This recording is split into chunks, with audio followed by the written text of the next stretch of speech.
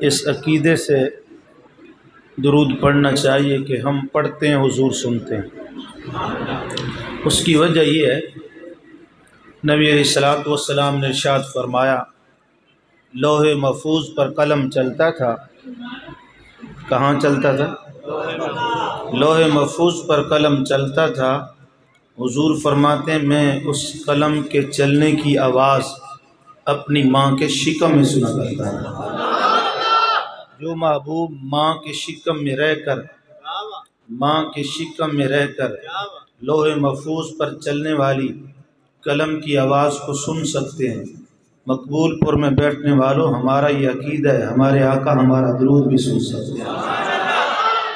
اس کی روزمرہ کی مثال پر آسان کر دوں، روزمرہ کی مثال ہے، اس پر آسان کر دوں۔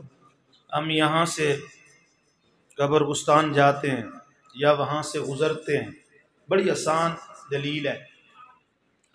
جتنے ہم بیٹھے ہیں، ہم وہاں سے جب گزرتے ہیں یا قصدن جاتے ہیں، ارادتاً جاتے ہیں، تو سب کو پتہ ہے ہم کیا کہتے ہیں وہاں جا کر۔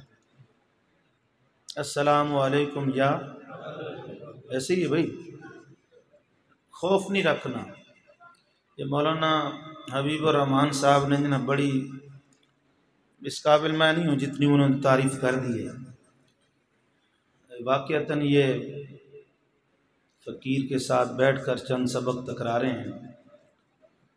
جب پہلی دفعہ مدرسے میں آئے تھے تو باقی بھی ان کے ساتھ ہی تھے، باقی بھی الحمدللہ ان کے ساتھ جو پڑھنے والے ہیں وہ بھی بڑا اچھا دین کا کام کر رہے ہیں۔ لیکن یہ بڑی اچھی، مجھے بہت خوشی ہوئی ہے، انہوں نے الحمدللہ جو دینی کام شروع کیا ہے، یہ ساری عزت جو ہے یہ سرکار کے دین کی برکت سے ہے، حضور کی دین کی برکت سے ہے۔ عقیدہ حق پر جم کر اور جو دین کی خدمت کرے، بس کس کی برکت ہے؟ قرآن کی برکت ہے، صاحب قرآن کی برکت ہے، حضور کے اصحاب و اہل بیت کی برکت ہے، اور خاص طور پر مولا علی کی برکت ہے، جن کے فیض سے یہ سارا فیضان چل رہا ہے۔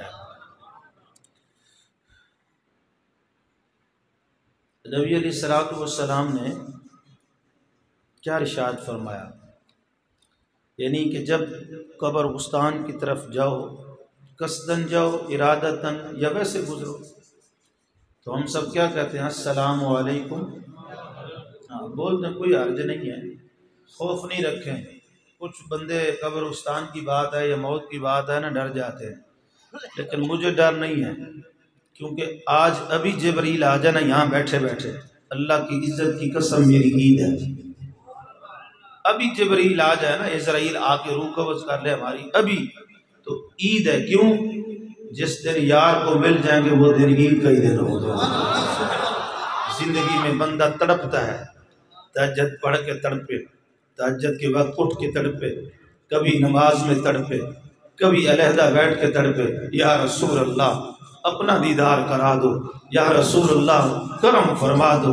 ہر وقت مومن تو تڑپتا رہتا ہے، اور یہی وجہ ہے نبی علیہ الصلوۃ والسلام نے ارشاد فرمایا اے صحابہ تم نے مجھے دیکھا ہے اور کلمہ پڑھا ہے، تمہیں ایک خوشخبری ہو، ایک خوشخبری ہو۔ توجہ سے سنیے یہ بات، صحابہ سے فرمایا تم نے مجھے دیکھا ہے اور میرا کلمہ پڑھا ہے، تمہیں ایک خوشخبری ہو، لیکن جنہوں نے مجھے دیکھا نہیں، جنہوں نے مجھے دیکھا نہیں اور انہوں نے کلمہ بھی پڑھا ہے، اور ہر ایک کی خواہش یہ ہوگی یا رسول اللہ ایک مرتبہ جلوہ دکھا دے، اپنا مال بھی قربان کر دے، اولاد بھی قربان کر دے۔ فرمایا تم نے ایک مرتبہ تم نے دیکھا ہے، کلمہ پڑھا ہے، تمہیں ایک خوشخبری ہو، اور جو بعد والے جنہوں نے مجھے دیکھا نہیں، جنہوں نے مجھے دیکھا نہیں، میرا کلمہ بھی پڑھا ہے، میرے اوپر اپنی جان بھی قربان کرنے کو تیار ہیں، اور یہاں تک ترس رہے ہیں یا رسول اللہ کبھی زندگی میں ایک مرتبہ مصطفیٰ اپنا جلوہ دکھا دے، اپنا جلوہ دکھا دے یا رسول اللہ، تو میں اپنا مال اور جان سب کچھ یار پر قربان کر دوں۔ میرے مصطفیٰ نے فرمایا میرے ان غلاموں کو 7 خوشخبریاں ہوں، ایک خوشخبری نہیں 7 خوشخبریاں ہوں، جنہوں نے مجھے دیکھا نہیں بن دیکھے یار پر قربان بھی ہو رہے ہیں، کلمہ بھی پڑھ رہے ہیں اور چاہتے ہیں کہ مال جان سب کچھ قربان ہو جائے، فقط ایک مرتبہ حضور کا دیدار کر لو، فقط ایک مرتبہ۔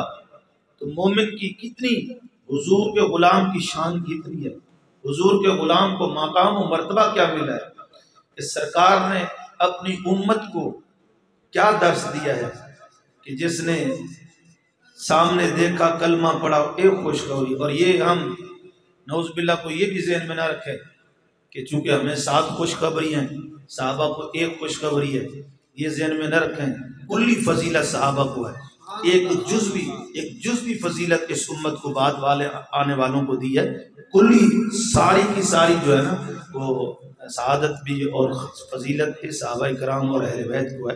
یہ ہمیں جزوی ایک فضیلت ملی ہے، ہم اس پر اتنے راضی ہیں کہ صحابہ فرماتے ہیں کہ یہ جس دن سرکار نے یہ باتیں فرمائی تو خوشی سے مچل اٹھے کہ مصطفیٰ کے وہ بھی غلام بیٹھے ہیں جنہوں نے حضور کو بظاہر نہیں دیکھا، لیکن ہر ایک کی تمنا یہ ہے حضور ایک مرتبہ جلوہ گر ہو جائیں، ایک مرتبہ اپنا دیدار کرا دیں تو ہم اپنا سارا کچھ حضور پر قربان کر دیں۔ تو بھئی جس دن ہم نے مرنا ہے، چلو زندگی میں ترلا تپل ہے، نصیب ہو گئی ٹھیک ہے، ورنہ جس دن قبر میں جائیں گے تو سرکار کا دیدار لازم ہو جائے گا وہاں۔ تو اس لیے ڈرنے والی بات نہیں ہے، کوئی بھی قبر گستان سے گزرتا ہے، میں گزروں آپ گزریں، ہم کیا کہتے ہیں السلام علیکم یا اہل القبور، اے قبروں والوں تمہیں سلام۔ اب تھوڑی سی بات سمجھنے کی یہ ہے، ہم قبر گستان کے بالکل اندر نہیں گئے، ایک ہی کونے میں تقریباً کھڑے ہیں اور ہم وہاں سے کھڑے ہو کر کہہ رہے ہیں السلام علیکم یا اہل القبور۔ یہ علماء کی بات نہیں ہے، آپ بھی اس کو سمجھیں۔ ہم کھڑے کہاں ہیں؟ قبر گستان کے ایک کونے پر، ہم نے کہا کہ السلام علیکم یا اہل القبور، چلو دوسرے قبر گستانوں کو چھوڑو، آپ کے اپنے قبر گستان کی بات کر لیں، یہاں کم از کم 2-4 ایکڑ میں تو ہوگا قبر گستان، کیوں جی بزرگوں، 2-4 قلعیں چوڑ ہیں نا، آپ ایک کونے پہ کھڑے ہیں، آپ نے کہا السلام علیکم یا، یہ تو نہیں کہا السلام علیکم یا اہل القبر، قبر نہیں قبور جمع ہے نا، السلام علیکم یا اہل القبور، اے قبروں والوں تمہیں سلام ہو۔ تو آپ سے میں پوچھ لیتا ہوں، آپ نے اس کونے پہ کھڑے ہو کر سلام کیا ہے، تو جو اس کونے والا حضور کا غلام پڑا ہے، چاہے مرد ہے یا عورت ہے، وہ جو قبر ہے اس نے بھی سنا ہے کہ نہیں؟ بولے سنا ہے؟ تو پھر عقیدہ کیا بننا ہے؟ اور میں نے الحمدللہ کراچی سے لے کر کشمیر تک الحمدللہ گیا ہوں، اور میں نے تو یہ تو 1 میل 2 میل قبر گستان ہے، میں نے 25 میل قبر گستان دیکھے، 25 میل بڑے بڑے قبر گستان ہیں۔ تو دیکھو ایک بندہ ایک کونے پہ کھڑا ہو کر کہتے ہیں السلام علیکم یا اہل القبور، سلام کس کو کیا جاتا ہے؟ جو سن سکے۔ سلام کس کو کیا جاتا ہے؟ جو سمجھ سکے۔ سلام کس کو کیا جاتا ہے؟ جو جواب دے سکے، جس کو پہچان ہو، سمجھ سکے، بول سکے، جواب دے سکے، اس کو کیا جاتا ہے۔ تو پھر کیا عقیدہ یہ بنے گا، اے مولانا اس وقت نبی علیہ الصلوۃ والسلام کا غلام ان غلاموں کے پاس سے گزرتا ہے جو مدفون ہو چکے ہیں، قبر میں جا چکے ہیں، وہاں سے جاتے ہوئے کہتے ہیں السلام علیکم یا اہل القبور، اے قبروں والوں تمہیں سلام ہو۔ جب محبوب کا ایک غلام بہر سے کہتا ہے، جو اندر پہنچ چکے ہیں، جو کہتا ہے کہ مر کے پہنچ چکے ہیں، یار جو نبی کا غلام مر کے دہلیز قبر میں پہنچ گیا وہ تیرا سلام سن سکتا ہے، تو پھر مدینے والے کی کیا باتیں ہوں گے مصطفیٰ کی؟ جب ایک غلام مر کے قبر میں پہنچ کر وہ سن سکتا ہے تو پھر مدینے والے کا، تو میں مدینے والا بات نہیں کیا ہوگا، سنتے بھی ہیں، وہ عاشقوں کے لیے پردے بھی اٹھاتے ہیں، صرف سنتے نہیں، پڑھتے کہ سنتے بھی ہیں، عاشقوں کے لیے پردے بھی اٹھاتے ہیں۔ آپ اس محبت سے پڑھیں، یہ مولانا سے میں نے وہ نعت سنی ہے، قصدن سنی ہے، اچھا میں مٹھڑی نت جان بلب سونا خوش وسے وچ ملک رب۔ اگر کوئی سچی تڑپ سے پڑھے نا، سچی تڑپ سے، خدا کی قسم حضور تڑپاتے نہیں، حضور آ جاتے۔ کوئی سچی تڑپ سے پڑھے صحیح، بھلے نعت خواں ہو، بھلے عالم ہو، بھلے عام آدمی ہو، کوئی سچی تڑپ لے کر پڑھے صحیح۔ تو فرید نے جب پڑھی نا سچی تڑپ سے، سرکار نے پھر انہیں پریشان نہیں کیا، حضور نے مرجھایا نہیں، حضور نے ان پر اتنی لجپالی فرمائی، سرکار نے پردہ اٹھا کے دیدار کرایا، اور جب دیدار کیا نا تو پھر آپ فرماتے ہیں خلقت کجیندی گولے، مخلوق ڈھونڈتی ہے، خلقت کجیندی گولے ہر دم فرید دے بولے. یعنی پھر یہ جو عام ہمارا ایک قاعدہ کلیہ ہے یا عام ہم کرتے ہیں، او تصویر لے لو بابے جی کی، پیر صاحب کی 10 20 روپے میں تصویر بن کے بکتی ہوتی ہے مارکیٹوں میں، فلاں کی تصویر ہے فلاں کی، اور میں نے اس تصویر کو کیا کرنا ہے، یہ جو کاغذ پہ چھپی ہے نا اس کو کیا کرنا ہے، دل میں ہے تصویر یار. کہاں ہے؟ دل میں ہے تصویر یار. جب کبھی گردن جھکائی دیدار کر لیا، پھر خلقت کو جیدی بولے ہر دم فرید بولے. پھر نبی علیہ الصلوۃ والسلام نے جب لاجپالی فرمائی نا، بابا فرید کہتا ہے پھر ہر دم یا سرکار سامنے آنکھ بند کرتا ہوں تو بھی یار کا دیدار کرتا ہوں، کھولتا ہوں تب بھی یار کا دیدار کرتا ہوں. ہم اس عقیدے سے درود پڑھ لیں تاکہ آج ہم پر سرکار لاجپالی فرمائی. اتنا بڑا مجمع بیٹھا یار، پھر بھی اور پھر عاشق بیٹھے ہیں. میں تو گناہگار ہوں، تم میں سے کوئی اللہ کا ایک ولی ضرور بیٹھا ہے، کیونکہ 40 مومن بیٹھے ہو تو ایک اللہ کا ولی بیٹھا، تو یہاں تو کئی 40 بیٹھے ہیں.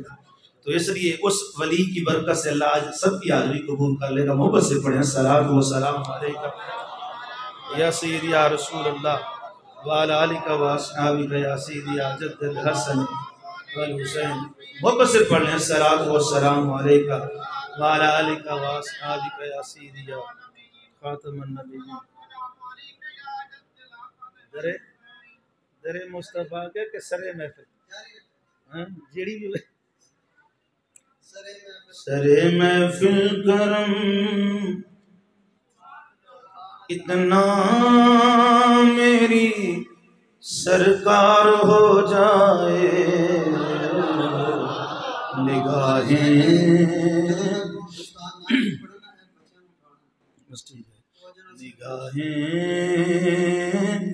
منتظر رہ جان اور دیدار ہو جائے. سرے محفل کرم اتنا میری سرکار ہو جائے، نگاہیں منتظر رہ جان اور دیدار ہو جائے. تصور میں تیرے ہر شے پہ نظریں جماتا، تصور میں تیرے ہر شے پہ نظریں جماتا ہوں.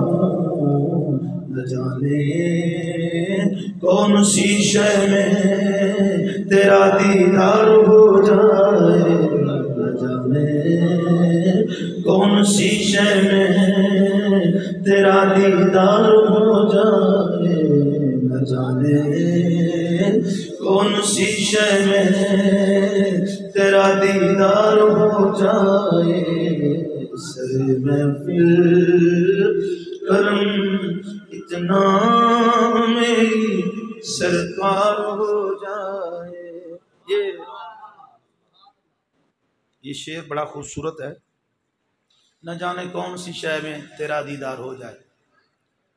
یہ مولانا حبیب صاحب جو ہیں ان کے ساتھ میرے شیخ بڑی محبت کرتے ہیں، میرے پیر بہت محبت کرتے ہیں. جب بھی جاتے تھے نا تو ان کی اپنی عقیدت تھی پیر کے ساتھ، لیکن پیروں نے بڑی شفقت کی ان کو.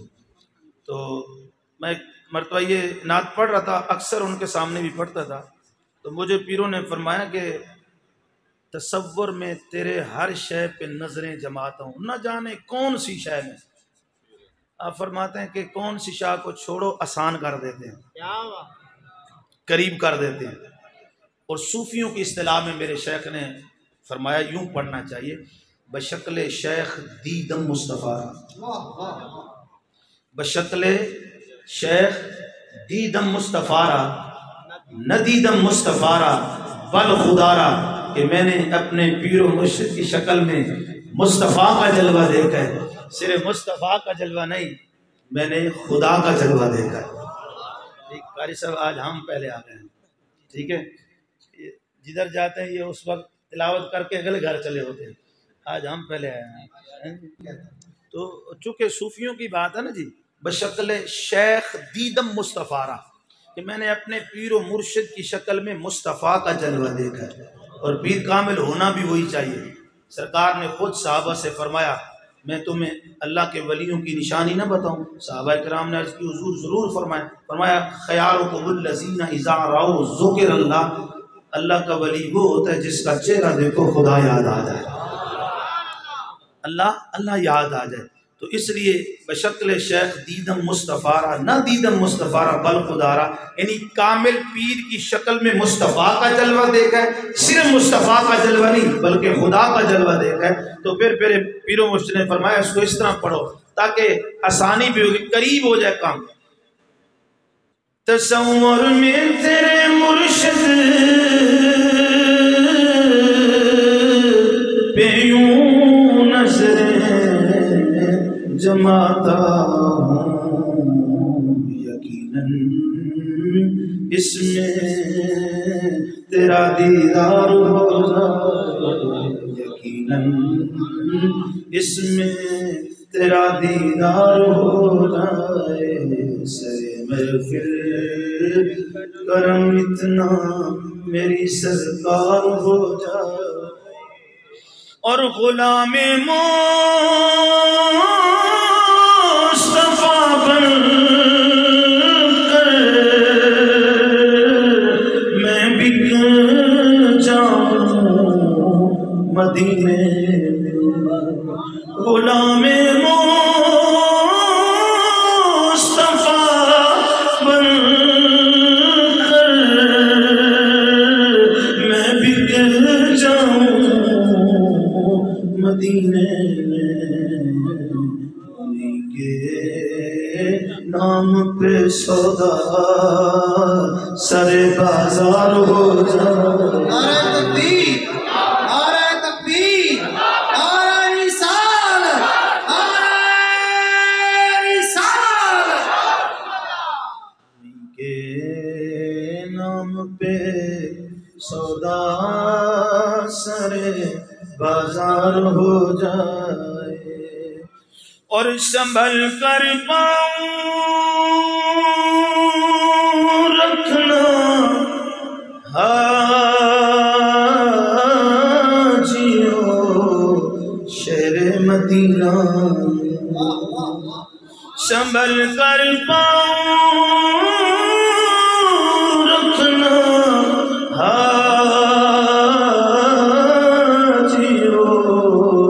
شہر مدینہ میں، کہیں ایسا نہ ہو سارا سفر بیکار ہو جائے، سجے محفل۔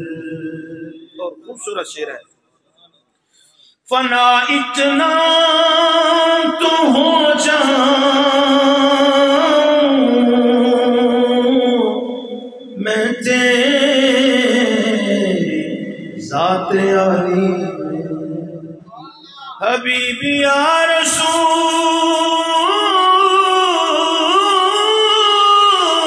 اللہ، فنا اتنا تو ہو جاؤں میں تیری ذات عالی میں، جو مجھ کو دیکھ لے اس کو تیرا دیدار ہو جائے، جو مجھ کو دیکھ لے اس کو تیرا دیدار ہو جائے۔ یہ شاعر کا اپنا تخیل ہے، لیکن میں اپنے پیر مرشد کے لیے پڑھتا ہوں، کیونکہ بشکل شیخ جب آ گیا تو ہماری آنکھ تو اس قابل چلو نہیں ہے، یار کی آنکھ سے یار کا جلوہ۔ فنا اتنا تو ہو جاؤں میں مرشد تیری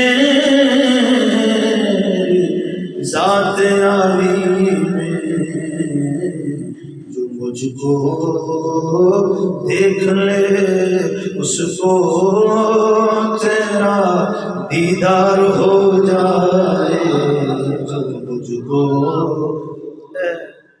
پیر ہونا بھی ایسا چاہیے، مرید بھی ایسا ہونا چاہیے، یعنی جس کے آپ بیت ہیں، آپ جس کے کہلاتے ہیں، آپ کو کہیں تعارف نہ کرانا پڑے، آپ کو دیکھے تو پتہ چل جائے کسی کا ہے۔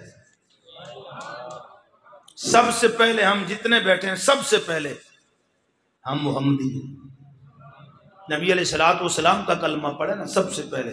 یہ نسبتیں پھر حضور کی نسبت سے پھر آگے نسبتیں ہیں، کوئی پھر نقشبندی ہے، سہروردی ہے، چشتی ہے، قادری ہے، اویسی ہے، سہروردی ہے، یہ نسبتیں بعد میں ہیں، اور یہ نسبتیں بھی حضور کے قدم تک لے جاتی ہیں، یہ نہیں نسبت۔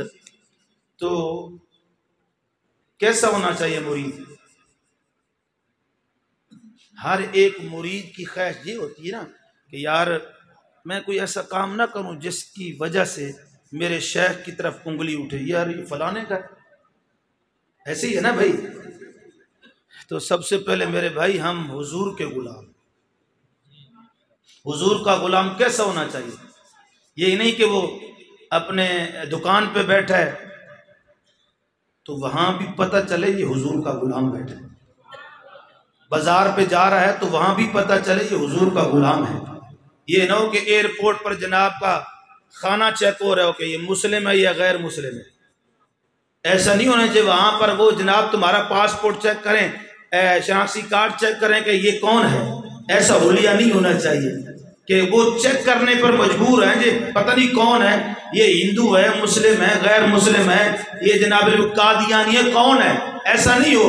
بلکہ حضور کے غلام کو وہاں پر جناب کو شناختی کارڈ دکھانے کی ضرورت نہ ہو، وہاں پاسپورٹ چیک کرنے کی ان کو ضرورت نہ ہو، ارے وہ جب دیکھیں تو پتہ چلے یہ محمد عربی کا غلام آ رہا ہے، رسول اللہ کا غلام آ رہا ہے۔ آپ اپنے گھر میں ہوں، مسجد میں ہوں، آپ اپنے پڑوس میں ہوں، کہیں بھی ہوں، کھیت میں بیٹھے پتہ چلے مصطفیٰ کا غلام آ رہا ہے، بازار میں ہوں پتہ چلے مصطفیٰ کا غلام آ رہا ہے، آپ اپنے ملک میں ہوں تب بھی پتہ چلے مصطفیٰ کا غلام آ رہا ہے۔ آپ کہیں غیر ملک جائیں تو ان کو یہ پاسپورٹ کی ضرورت نہ ہو، دور سے دیکھیں جس مصطفیٰ کے غلام کا یہ مقام ہے ان کے بڑوں کا کتنا مقام ہوگا۔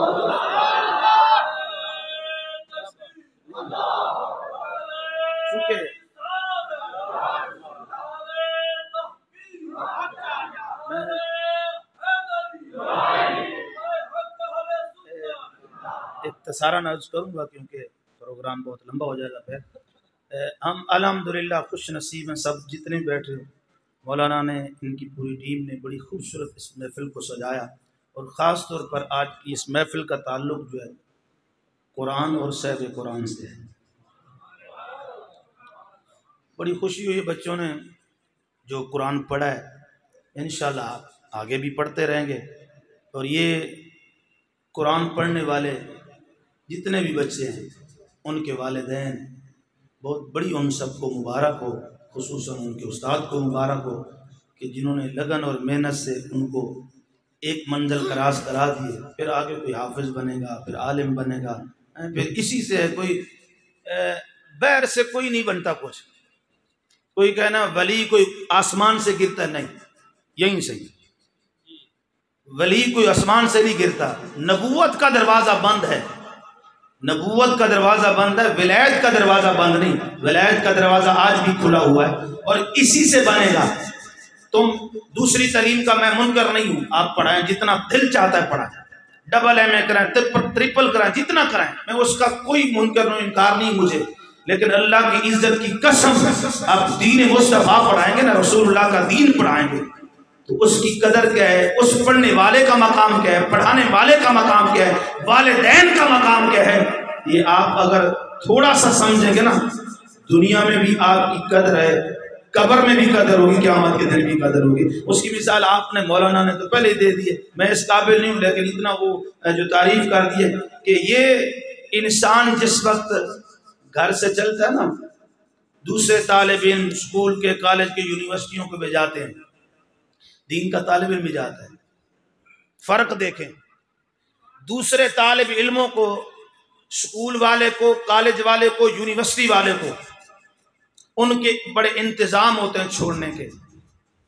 کوئی کار پہ چھوڑ رہا ہے، کوئی پنجاروں پہ چھوڑ رہا ہے، کوئی رکشہ اس پہ چھوڑ رہا ہے، کوئی موٹر سائیکل پہ چھوڑ رہا ہے. یعنی سواری کا انتظام ہوتا ہے کہ ان کو چھوڑ کے آئیں.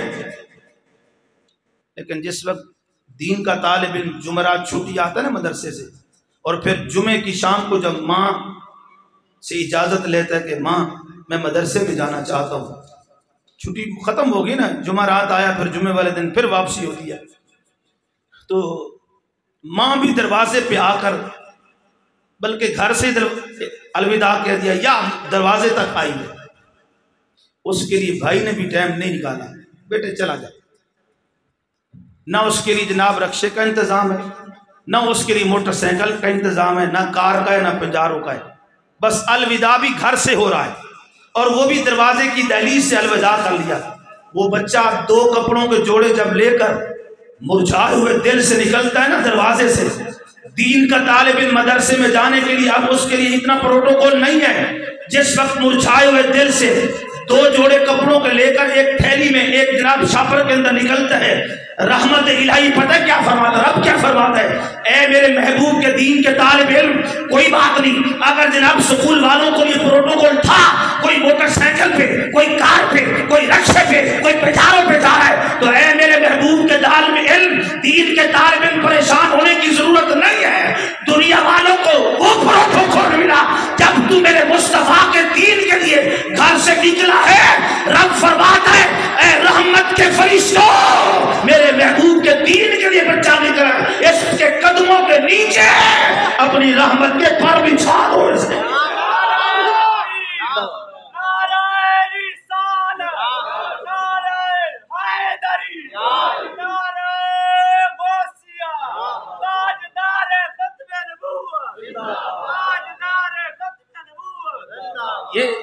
یہ اللہ کی طرف سے پروٹوکول ہے. فرمایا فرشتوں میرے محبوب کا دین کے طالب علم ہے، اس کے لیے اگر کسی نے ایسا نہیں کیا تو تم رحمت کے پر بچھا دو اس کے قدموں کے. یہ دین مصطفیٰ صلی اللہ علیہ وسلم. اور پھر قرآن اور اہل بیت کا تعلق بڑا ہے.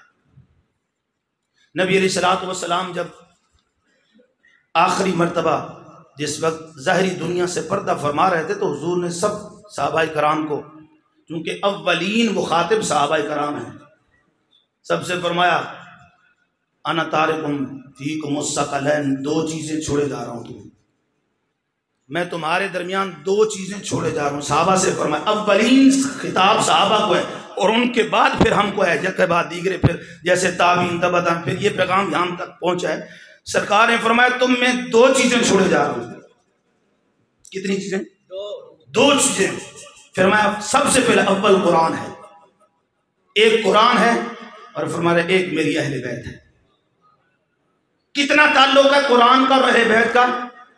نبی علیہ الصلوۃ والسلام نے سوال یہ ہوتا ہے نا کہ سرکار نے یہ کیوں نہیں فرمایا کہ میں تمہارے درمیان قرآن اور صحابہ چھوڑے جا رہا ہوں؟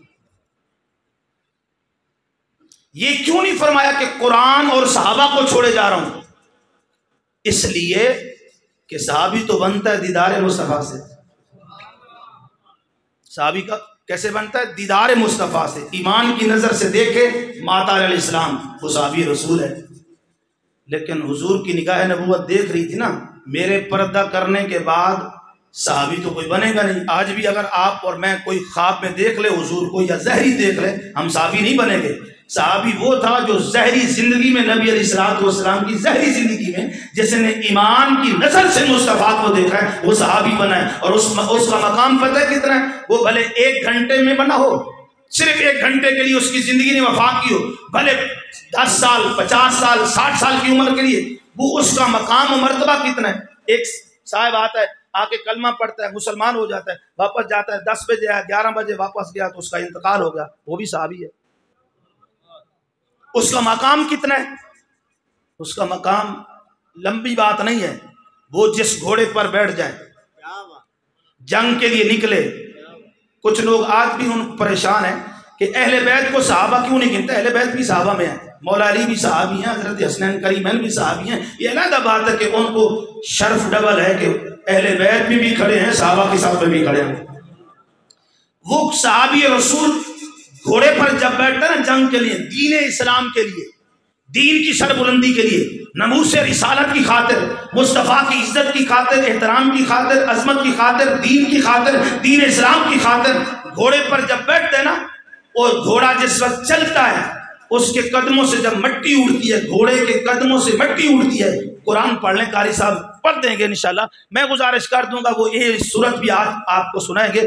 قرآن کہتے ہیں وَالْعَادِيَاتِ ضَبْحًا فَالْمُورِيَاتِ قَدْحًا فَالْمُغِيرَاتِ صُبْحًا. یار جس گھوڑے پر حضور کا صحابی بیٹھا ہو، وہ جس وقت گھوڑا چلے قدموں سے مٹی اڑے، خدا مٹی کی قسمیں اٹھاتا ہے.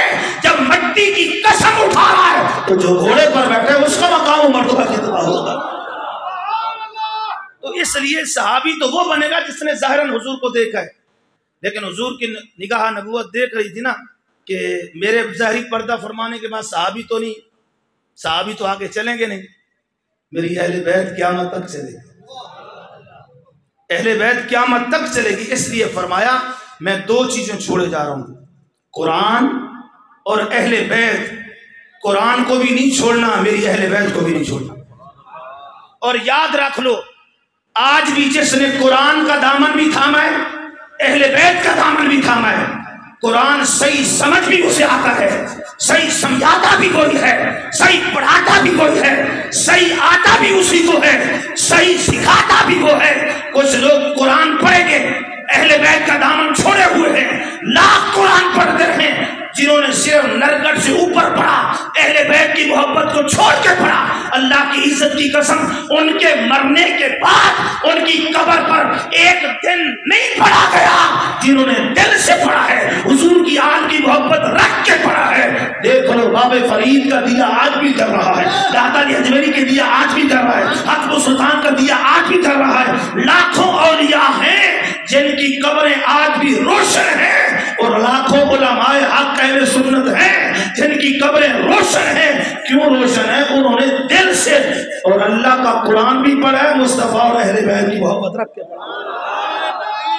اس پر ایک منٹ، اس پر میں حدیث عرض کرتا ہوں. سرکار نے فرمایا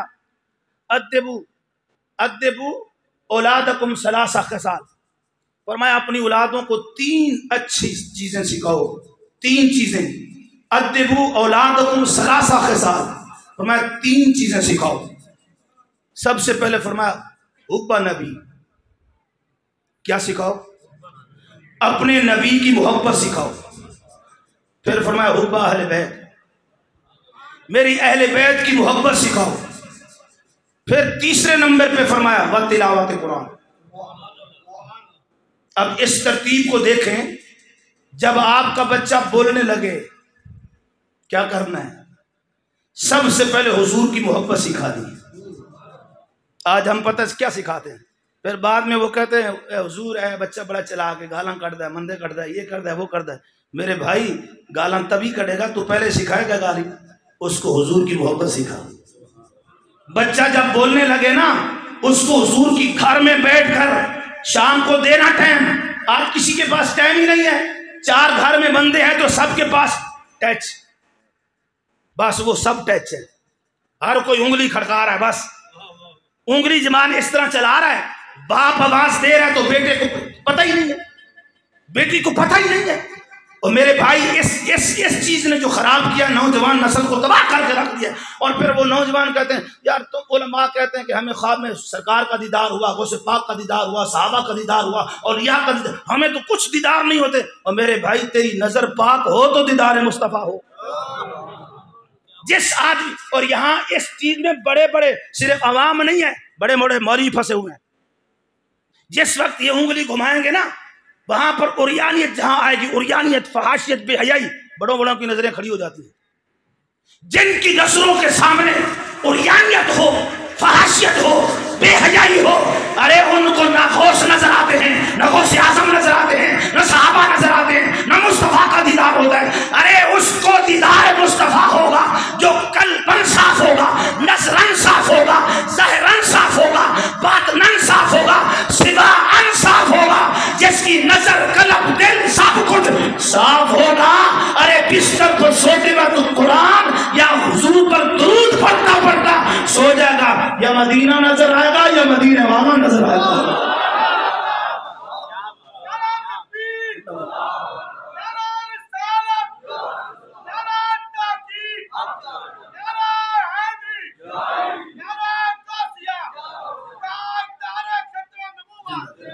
میرے بھائی، سب سے پہلے اپنی اولاد کو کیا سکھانا ہے؟ حب نبی، اپنے نبی کی محبت سکھا، پھر اہل بیت کی محبت سکھا، اور پھر قرآن سکھا۔ ترتیب کیوں رکھی ہے؟ قرآن پڑھنے والوں کو پہلے بتایا، قرآن پڑھنے والوں پہلے یہ تو بتاؤ تمہیں حضور کے اور حضور کی آل کی محبت بھی ہے کہ نہیں؟ یہ بہت بڑی حدیث ہے، غور کیا جائے اس پر۔ اور یہ اولاد کو فرمایا گیا اپنی اولادوں کو مدرسے میں استاد کے پاس بعد میں بھیجنا ہے، کم از کم پہلے اتنی تربیت گھر میں کر تو خود کہ جس وقت تیرا بیٹا استاد کے پاس جائے، بختیار کاکی جیسا کوئی ہو، ماں کے پیٹ سے جب باہر نکلے استاد کے پاس جس وقت گئے، ماں نے کہا استاد صاحب اس کو دین پڑھائیں، قرآن پڑھائیں، استاد فرماتے ہیں بیٹا پڑھو، اعوذ باللہ بسم اللہ کے بعد فرمایا الف پڑھو، ہاتھ باندھ کے عرض کرتے ہیں حضور مجھے الف نہ پڑھائیں، بسم اللہ اعوذ باللہ کے بعد الف با تا کی بات نہ کریں، آپ مجھے پڑھانا چاہتے ہیں تو یہاں سے پڑھائیں، سبحان الذی اسریٰ بعبدہ سے پڑھائیں۔ فرمایا بیٹے یہاں سے کیوں؟ فرمایا اتنے پارے تو میری ماں کو آتے تھے، وہ زبانی تلاوت کرتی تھی، میں دودھ بھی پیتا تھا، ماں کے بارے بھی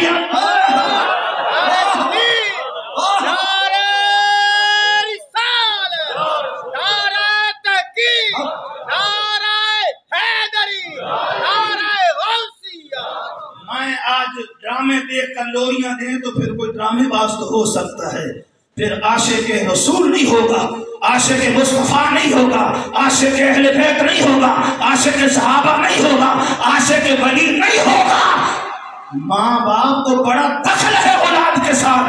اگر ماں ہو ام الخیر، باپ ہو ابو صالح، تو پھر بیٹا پیدا ہوتا ہے پیران پیر عبد القادر جیلانی، پیران پیر ایسی ماں باپ ایسے ہوں تو پھر بیٹا وہاں پیدا ہے عبد القادر جیلانی۔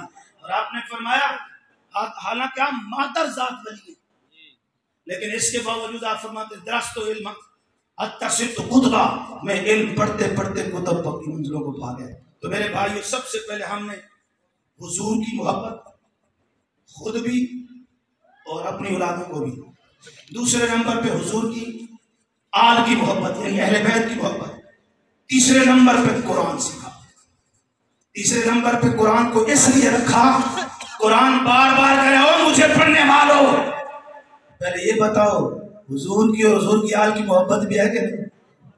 اگر حضور اور حضور کی آل کی محبت کے بغیر پڑھا گیا تو نہیں کام آئے گا۔ بڑے بڑوں نے پڑھا ہے، بغیر حب علی کے، بغیر حب اہل بیت کے قرآن بڑے بڑے پڑھ گئے، لیکن ایک دن بھی ان کی قبر پہ نہیں پڑھا گیا۔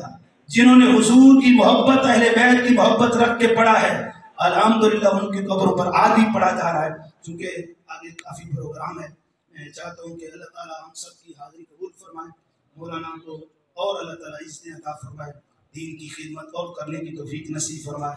دین پڑھتے پڑھاتے دنیا سے ہم سب جتنے بیٹھے ہیں، یا کم از کم جہاں ہمارے 4 بیٹے ہیں، آپ 3 بیٹوں کو جو مرضی پڑھائیں، ایک بیٹا تو دین کے لیے وقف کرے نا۔ خدا کی قسم یہی کام آئے گا، اور کریں صحیح العقیدہ اہل سنت و جماعت میں، صحیح العقیدہ سنی اہل سنت و جماعت کو دیں، کسی اور کو نہ دیں، اس کا پھر کتنا مقام و مرتبہ ہوگا۔ اس کی ایک مثال بھی بنتی ہے، ایک چھوٹی سی بات میرے ذہن میں یہ وہ سن لیں، آپ سب کو سمجھ آ جائے۔ وہ یہ ہے کہ حضرت عبد الرحمن حفار، یہ دہدہ قبرستان جو تھا نا بغداد کا، اس میں 60 سال بزرگ کی عمر تھی۔ کہتے ہیں ایک دن ایک عورت آئی، اس کے ساتھ ایک بچہ تھا اور میت تھی علی۔ اس نے مجھے کہا کہ قبر کھودو، قبر کھودی، جنازہ پڑھا گیا۔ جنازہ پڑھنے کے بعد کہتے ہیں میں نے اس میت کو جب اتارا نا قبر میں، حضرت عبد الرحمن بن حفار کہتے ہیں، عبد الرحمن حفار، یہ حفار اس کو کہتے ہیں جو گڑھا کھودنے والا ہے، قبر کھودنے والا، کہتے ہیں جیسے ہی میں نے، وہ 60 سال کے بزرگ تھے، بزرگوں کو یہ توجہ کرنی چاہیے بزرگوں کو، اور میرے خیال میں جہاں تک میں جانتا ہوں انشاءاللہ مولانا حبیب الرحمان نے بزرگوں کو بھی ادھر توجہ کرائی ہوئی ہے کہ بزرگ لوگ بھی قرآن سیکھ رہے ہیں، ان کی بھی توجہ ہے، مزید توجہ ہو جائے گی۔ وہ بزرگ کہتے ہیں کہ میں نے میت کو جب رکھا نا قبر میں تو میری آنکھوں سے حجاب اٹھ گئے۔ وہ حضرت عبد الرحمن حفار کہتے ہیں میری آنکھوں سے حجاب اٹھے، میں نے دیکھا 70 ہاتھ آگے بھی بسی، پیچھے بھی بسی، دائیں بھی بسی، بائیں بھی بسی، اور قبر نور نہ نور ہو گئی، اور یہاں تک کہتے ہیں نورانی ہوگی میری اپنی طبیعت۔ میں پہلی مرتبہ منظر دیکھا، 60 سالہ بزرگ کہتے ہیں پہلی مرتبہ منظر جب دیکھا تو میں حیران ہو گیا، اور پھر حیران کن اور بات ہوئی کہ حجاب اٹھتے گئے، میں کیا دیکھ رہا ہوں، جنت سے فرشتے آ رہے ہیں گھوڑوں پر، جنت سے فرشتے آ رہے ہیں گھوڑوں پر، اور اس میت کو لے کے جا، جس وقت یہ منظر کہتے ہیں دیکھا مجھے بے ہوشی تاری ہے، نیا منظر دیکھا تھا۔ کہتے ہیں تھوڑی دیر بعد مجھے باہر نکالا قبر سے، لوگوں نے دیکھا یار ابھی تک بزرگ میت کو لٹا کر باہر نہیں نکلے، دیکھا تو میں بے ہوش تھا، باہر نکالا، پانی وانی کے چھٹے ہمارے ہوش میں آ کر، بعد میں مجھ سے پوچھا بزرگوں کیا ہوتا ہے، میں نے بتایا لیکن کسی کو سمجھ آئی کسی کو نہ آئی، خیر کہتے ہیں چلتا رہا معاملہ، پھر 2 4 5 7 مہینے گزرے، پھر وہی ہو رہا، اس کے ساتھ ایک میت، پھر اس نے کہا قبر بناؤ، پھر جنازہ پڑھایا گیا، قبر میں نے خود کہتے ہیں دوبارہ میت کو رکھا اس کو بھی، تو کہتے ہیں کوئی منظر پھر میرے سامنے شروع ہو گیا۔ اب حضرت عبد الرحمن حفار کہتے ہیں کہ میں نے دل میں کہا کہ اب بے ہوش نہیں ہونا، اب سارا منظر دیکھنا، کہتے ہیں میں نے دیکھا کہ چاروں طرف اس کی قبر 70 ہاتھ وسیع ہو گئی، نور علی نور ہو گئی، اور نور علی نور کے بعد ہوا کیا ہے، اسی طرح منظر اس کی قبر سے حجاب اٹھے، اٹھتے گئے، یہاں تک کہ میں نے اپنی آنکھوں سے دیکھا جنت سے فرشتے آ رہے ہیں، گھوڑوں پر آ رہے ہیں، اور وہاں اس کی قبر تک پہنچے، اس میت کو اٹھا کر جنت کی طرف لے کے جا رہے ہیں۔ کہتے ہیں سارا منظر آنکھوں سے دیکھ کر اینڈ پتہ میں نے کیا کیا، اینڈ یہ کیا کہ اس کی قبر چونکہ بظاہر بند کی، باہر آیا، اور جس وقت لوگ جانے لگے تو میں نے اس عورت کو کہا بہن جی 1 منٹ رک جائے، رک گئی، کہا کیا مسئلہ ہے، کہا آپ یہ بتائیں کہ یہ جو مرنے والا نوجوان تھا کام کیا کرتا تھا، سنیں توجہ سے یہ بات، کیا کام کرتا تھا، اس نے کہا جی یہ تو لکڑ کا کام کرتا تھا، ترکھان سے۔ آپ کیوں پوچھ رہے ہیں؟ انہوں نے کہا جی میں نے یہ منظر دیکھا ہے۔ انہوں نے کہا صرف اس کا دیکھا منظر کہ کبھی اور بھی دیکھا؟ اس نے کہا نہیں، پہلے جب آپ یہ میت لائی تھی اس وقت بھی یہی منظر دیکھا تھا، اب بھی یہی دیکھا ہے، اس وقت بھی یہ دیکھا۔ اس عورت نے کہا سن، جو اس کو مقام ملا ہے وہ بھی سن، جو پہلے کو مقام ملا ہے وہ بھی سن۔ فرمایا پہلا بچہ بھی میرا تھا لیکن وہ قرآن پڑھتا تھا، توجہ نہیں کر رہا ہے، وہ قرآن پڑھتا تھا، اس بچے کا بھی قرآن مکمل نہیں ہوا تھا، قرآن پڑھتا تھا، قرآن مکمل نہیں ہوا۔ اب میرے دوستوں بزرگوں توجہ سے سنیں اس بات کو، کہتے ہیں کہ جس وقت ابھی اس کا قرآن مکمل نہیں ہوا، یعنی حافظ بن رہا تھا، حافظ مکمل نہیں ہوا، ناظرہ پڑھ رہا ہے، ابھی ناظرہ مکمل نہیں ہوا، لیکن فرشتہ اجل آ گیا، موت کا وقت آ گیا، بہت ہو گیا۔ جب وہ قبر میں گیا، جس نے ابھی مکمل نہیں کیا اس کا مقام و مرتبہ دے، 70 ہاتھ دائیں بائیں 4 چفیرے، قبر نور بھی ہو گئی، وسیع بھی ہو گئی، جنت تک، قبر سے لے کر جنت تک اس کا کنیکشن، جنت میں اس کی میت کو اٹھا کے لے گئے، اور ہمارا اس نے تو قرآن کی برکت سے یہ مقام حاصل کیا، ابھی مکمل قرآن نہیں ہوا، دوسرا کیوں مقام میں لے گیا، مرتبہ لے گیا؟ اور میں دوسرا اس لیے اس نے اپنے اس بھائی کو کہا تھا میرے بھائی تم نے صرف قرآن پڑھنا ہے۔ اب یہ دوست سمجھے گے اس بات کو کہ اگر وہ چاہتے ہیں کہ قرآن والوں کی خدمت کر کے ہمیں بھی وہ مرتبہ اور مقام ملے، اس نے کہا تھا بھائی جان تو نے صرف قرآن پڑھنا ہے، دین پڑھنا ہے، تیرے رزق کا ذمہ میں اٹھاؤں گا، تیرے کھانے کا ذمہ میں اٹھاؤں گا، تیرے کپڑوں کا ذمہ میں اٹھاؤں گا، تیرے خرچ کا سارا ذمہ میں اٹھاؤں گا۔ وہ قرآن ناظرہ پڑھا ہوگا لیکن وہ جو دوسرا بچہ تھا ترخانہ کا کام کرتا سی، مستریوں کا کام کرتا تھا، اس نے قرآن نہیں پڑھا، عالم دین نہیں پڑھا، لیکن قرآن پڑھنے والے کی خدمت کا ذمہ اٹھایا، فرمایا اس کو بھی یہ مقام مل گیا کہ اس کی بھی قبر اسی طرح وسیع ہوئی ہے جس طرح قرآن والے کی وسیع ہوئی، اس کو بھی جنت میں وہی مقام ملا جو قرآن والوں کو ملا ہے۔ تو جتنے آپ بابا بیٹھے آج سے نیت کر لیں۔ پھر اس وقت کو عبد الرحمان حفار کہتے ہیں میری عمر 60 سال تھی، میں فوری طور پر گیا وہاں، اس وقت حضرت سعید بزرگ بیٹھے تھے پڑھا رہے تھے دین، ان بزرگوں کی خدمت میں گیا، جناب مجھے دین سکھاؤ۔ انہوں نے کہا 60 سال کہاں ہے، سارا واقعہ بیان کیا انہوں نے۔ ان میں طالب علم پڑھ رہے تھے، انہوں نے کہا بھئی کوئی کتاب اٹھا کر اس کو بسم اللہ پڑھا دیں، اگر یہ بسم اللہ کے بعد فوت ہو گیا تب بھی مقام پا جائے گا، اگر پورا عالم بنا تب بھی مقام پا جائے گا۔ اب 60 سال بزرگ میرے بھائی بیٹھے ہو، یہ نہ سمجھے کہ اس کی تو کالی داڑھی چھوٹا بچہ ہے، اور نہیں، اس کو نہیں دیکھنا، دین مصطفیٰ کو دیکھ مرتبہ کتنا ملے گا۔